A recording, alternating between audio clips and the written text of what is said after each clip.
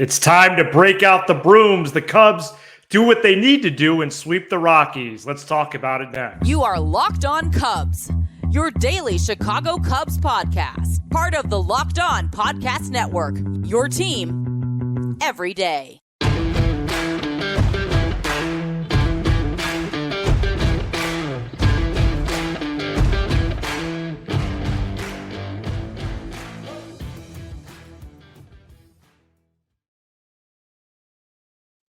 You are Locked On Cubs, part of the Locked On Podcast Network, your team every day. I'm Matt Cozy. Sam will be here on Tuesday as we kick off the last week of the regular season. Please support the show by following on your preferred audio platform, and you can watch, subscribe, and leave a comment on YouTube. Thanks so much for making us your first listen.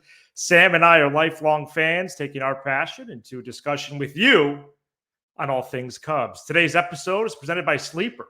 Swing for the fences on Sleeper picks, and you can win up to 100 times your money. Download the Sleeper app and use promo code LOCKEDON. You'll get up to $100 match on your first deposit. Terms and conditions apply. See Sleeper's terms of use for details. Check out Sleeper today. Well, we bring you good news here on a Monday episode, which we're going to post right away, recording here on a late Sunday afternoon as all these games matter. All these games are of consequence.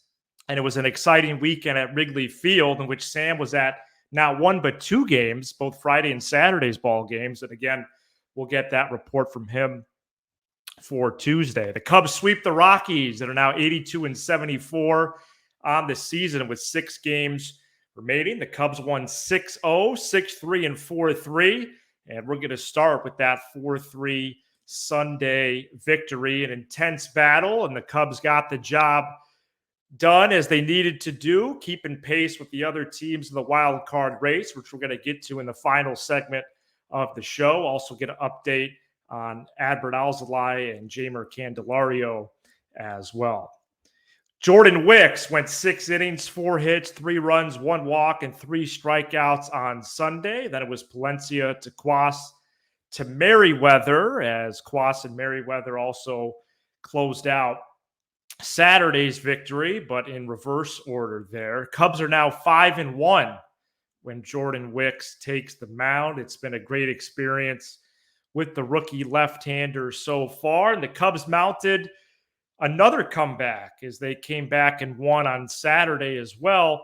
Rockies led 3-1 in both Saturday and Sunday's game, and it was going into the bottom of the 6th on Sunday when Seiya Suzuki led off with a double. Swanson singled, Gomes hit a sac fly, and Patrick Wisdom hit a 2-run home run to give the Cubs a 4-3 lead, and they never looked back. We're going to go Friday to Sunday, Friday, Saturday, Sunday now to recap the weekend. Jamison Tyone, much needed veteran performance, went out and shoved on Friday, 6 shutout innings en route to a 6-0 win.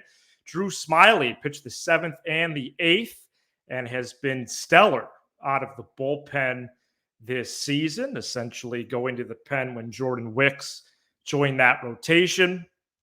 And as Seiya got that 6th inning rally starting Sunday, he had a giant hit on Friday, a 2-run homer in that game. And we need to start discussing Suzuki as Mr. September. I'm going to start that right now. After Saturday's game, Seiya was slashing 370, 429, 741 this month with 7 home runs and 22 runs batted in. Just an incredible run that he's on. And really since that last game of the Mets series back in early August, he's been outstanding. Got that small break in the benching and refocused, retooled. And the Cubs needed him to perform the way he has been. It's great to see that he's doing it. He looks more and more comfortable each time, even defensively in right field. Yeah, I have no qualms right now. So great to see him step up this month and even beyond this month. So trying to file him for Mr. September. Like I said, Cubs were down 3-1 also on Saturday at 1-6-3. And this was the surprise Marcus Stroman start. David Ross, after the win on Friday, literally as he was walking from the podium, he pulled a fast one on everybody and said, "Hey, Marcus Stroman is starting tomorrow," as in Saturday. And there was no questions taken because literally he got up and walked away. He was mid-stride. He was getting up from his chair on the podium there on the north side. And so when the media got to the clubhouse Saturday, there was clarity with that as Wicks got an extra day of rest as he started excellently on Sunday. And the news that Javier Assad got moved to the bullpen, which we saw the effect of that right away. So a surprising start for Stroman. I will say, I think the prospect of him pitching the ninth inning was more exciting on paper than it was a reality. And even him in the bullpen at all. Although the Cubs really have a bullpen need. We're going to lay some of that out when we update on Alzolay in a few minutes. But, Stroman in the bullpen to return from injury, how sustainable was that? How realistic was that? Although he looked good in that weekend series in Arizona last weekend. But the start for him, a surprise. And I don't think it came together particularly early in the week. I mean, he was up. I remember he was warming up on Wednesday and during Wednesday's game. And so I think this came together late. Not only was it a surprise, but I do think it feels a little forced. And on the surface, what did Javier Assad do to lose his rotation spot? At first, I thought Wicks on his scheduled day would follow out of the pen. They kept him in the rotation, obviously pitched on Sunday, but it felt a little forced. I don't know how appropriate it really was. Again, Stroman just came off the IL and back to the Cubs. And I think that it's not so much that I'm trying to put on my trying to try on criticism or skepticism with that, but what is his readiness? What is his level of readiness to actually open a major league ball game after what was mostly a mysterious injury? So he allows 3 runs in 3 innings, and Javier Assad saves the game. He comes out of the pen right after Stroman. Goes 4 innings, shutout ball, 2 hits, no walks, 6 strikeouts. He was magnificent. Don't get me wrong. Another weapon out of the pen is great. But is Stroman, if the playoffs started this week, would Stroman be in the rotation? Or what role would he have? I understand that there's 6 games left, but the way the rotation falls, would he appear to open a postseason game on this short of notice? So, Assad's been in the rotation a while now. Now he's back in the pen. Huge because there's a massive need out there, and especially if he could provide length. But I'm still a little confused and trying to juggle some emotions there. The more talent on the roster, the better. I think it's just about determining the roles right now when it matters the most. And we're so late. The Cubs don't have the benefit of the calendar anymore to figure out, okay, who's going to set up Merriweather, who's going to do this, who's going to do that, especially with some injuries and some key pieces still on the IL as well. So nice to see the Cubs come back, win in spite of Stroman on Saturday. A note on Miles Mastrobuoni as well. He was the first acquisition for the Cubs way back last fall off waivers from the Rays, and he's been a solid role player. He ended up being that, after an ice cold start, pretty steady at third base where he's mostly played, and he went 2 for 3 with a walk on Saturday. And since July 18th, which is 20 games for him, about 50 plate appearances, He's hitting 391 with an on-base percentage of 417. The Cubs were able to right the ship and build out what their lead is now, and we'll get to that later in the show. But all these games are critical, and they were able to get the job done this weekend. 2 nice comeback wins, a decisive win on Friday, and as the sport becomes truly day to day now, okay, let's live day by day. Let's live by every pitch. And the Cubs were able to take care of business against, especially an inferior team this weekend. Coming up next, the Cubs closer and starting third baseman are still on the injured list. They're eligible to return this week, but will they? More information on that coming up next. Today's episode is brought to you by DoorDash. Need fresh groceries for the week, but don't have the time to go to the store? Try grocery delivery from DoorDash. You'll get everything you want delivered when you need it right to your door. You've trusted DoorDash to deliver your restaurant favorites, and now you can get grocery delivery that actually delivers too. Get 50% off your first DoorDash order, up to a $20 value when you use code LOCKEDONMLB at checkout. This is a limited time offer. Terms do apply. 50% off up to $20. No minimum subtotal and 0 delivery fees on your first order when you download the DoorDash app in the App Store and enter promo code LOCKEDONMLB. That's code LOCKEDONMLB for 50% off your first order with DoorDash. The Cubs play the Braves at 6:20 p.m. Central Tuesday, and you can listen to every pitch with the Cubs hometown broadcast on SiriusXM on the SXM app. Search Cubs or tune in to channel 844 and catch the Cubs all season long on SiriusXM. Adbert Alzolay played long toss earlier in the week and had a light bullpen Friday, followed by a high-intensity bullpen on Sunday. So his return is possible this week, likely more possible for the playoffs. Potentially, as the wild card series begins Tuesday, October 3rd. Very difficult right now, not having your closer. Julian Merriweather is the closer right now for the Cubs. Was able to lock that game in on Sunday, despite some control issues. So you'd like to have your closer close in the playoffs. Not to give too captain obvious of a statement. But if Alzolay is healthy and he returns as the closer, then everyone gets knocked down to their spot that they were in.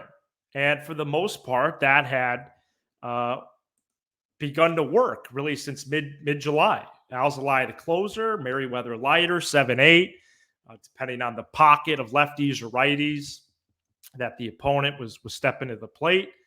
And then you have your middle relief, your Quas pocket, your Palencia, and we'll see who else steps up because Boxberger went to the IL. Brad Boxberger went to the IL this weekend. Keegan Thompson's back on the roster. And Michael Fulmer is still on the IL. And both of those dudes, Fulmer and Boxberger, likely not returning. So that middle relief chunk, which Marcus Stroman could help with, is in flux. And Quas has been used a ton. Palencia's looked better of late. Luke Little's a rookie. What's his role? He probably wouldn't be on a potential playoff roster.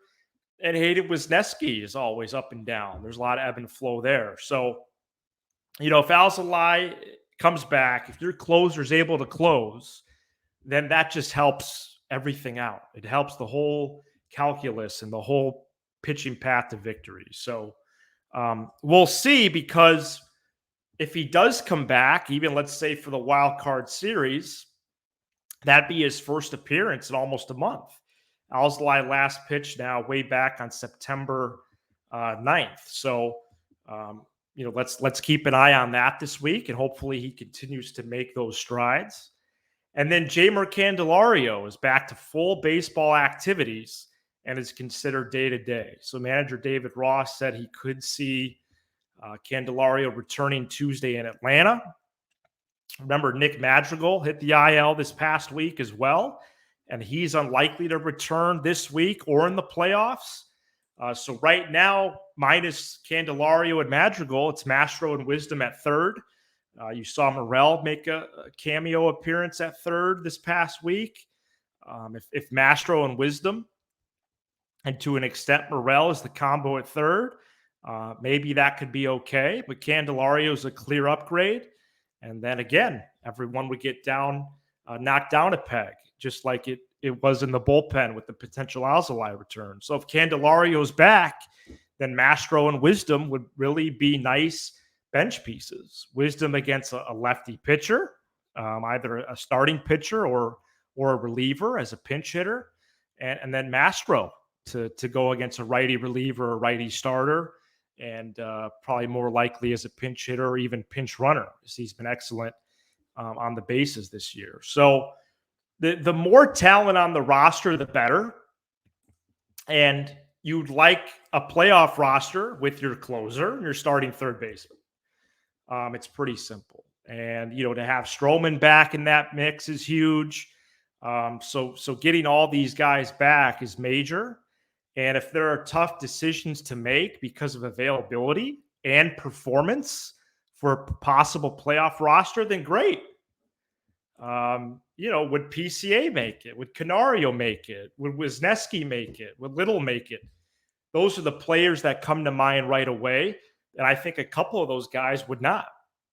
Remember, the roster goes back to 26 for the playoffs. Right now, it's slightly expanded to 28. So the more tougher decisions, the better. That means people are healthy and people are playing well. So we'll keep an eye on that. To wrap up, let's take a look at the playoff picture as the Cubs continue to make their push for the playoffs. Stay tuned. Today's episode is also brought to you by Sleeper. Your fantasy baseball team may be out of it, but there's a great way to continue playing fantasy and maybe even make up for lost seasons with Sleeper's daily fantasy picks. Sleeper is offering up to 100 times payout for up to 8 pick contests. Choose as many as 8 players that you like and pick more or less on your favorite baseball stats. Use promo code Locked On, and you'll get up to $100 match on your first deposit. Terms and conditions apply. See Sleeper's terms of use for details to check out Sleeper today. Phillies firmly in the top spot in the wild card. Diamondbacks a half game up on the Cubs for the second spot. Cubs 1 game up on the Marlins and 2.5 games up on the Reds. And let's start there with the Reds. They have only 5 games remaining. So they are effectively out of contention with a quirk in their schedule that they only have 5 games to make up 2.5. And the fact that they blew a 9-run lead on Saturday. They led 9-0 Saturday over the Pirates and lost 13-12. So I think they're out. Respectfully, they're out. Marlins have 6 games this week, just like the Cubs do. The Diamondbacks have 7. So a game each day this week after a rainout over the weekend in the Bronx that they will make up on Monday. Then they have 3 with the White Sox and 3 with the Astros. Marlins have 3 with the Mets and 3 with the Pirates. So a lot of balls in the air, a lot of scoreboard watching. Get out your MLB app. Perhaps you have MLB TV. But it looks like it's coming down to, I think it's fair to say Diamondbacks, Cubs, Marlins. More specifically, Cubs, Marlins, just because the Diamondbacks play the White Sox, those 3 games. But, and that's on paper a softer landing spot than the Marlins playing the Mets. And then, of course, the Cubs playing the Braves. But you don't play the games on paper. So perhaps the White Sox could help their crosstown rival in the Cubs and beat up on AZ this week. And the Marlins just played the Mets last week and did have some struggles. So they're going to have to face Kodai Senga again. And they wrap up with the Pirates, who have played well really since about late August. So we'll see how it shakes out this week. I'll tell you what, Cubs 3 at the Braves, 3 at the Brewers. That's, of course, going to be our main topic of discussion for Tuesday's episode with Sam and I. And every game is big. Every one of these shows is big. I see a path to Tuesday, Wednesday, Thursday's games this week, regardless of result, just going live for you to join us on YouTube, just as this is the final week. And I think there's going to be naturally some reflection as well throughout the week. I spoke to Sam on the phone on Sunday, and we both agree that the season has flown by, especially doing this show. And I can't believe it, in a sense, that the season is going to be over this week, the regular season. Pat Hughes and Ron Coomer had a great quote after Sunday's win because that was the last game at Wrigley in the regular season. The hope and the dream, as Hughes and Coomer said, was that Cubs would be back at Wrigley this year. And that would be absolutely wild, very exciting. And we hope you join us for whatever does happen this week. Let's do it together. Hope you join us for the final push for the playoffs and hopefully beyond as well. Later this week, we hope to have a big announcement for a way that you can support Sam and I further as we continue to do shows, not only on Locked On Cubs, but possibly elsewhere as well. So more details on that later this week, and we would love your support on that. Thank you so much for checking out this edition of Locked On Cubs as the Cubs sweep the Rockies. Be sure to hit subscribe on YouTube and smash the like button for the algorithm. Also catch us on Apple, Spotify, and streaming on Sirius XM. Final week of the regular season. Let's see what happens. I'm Matt Cozy, and this is Locked On Cubs.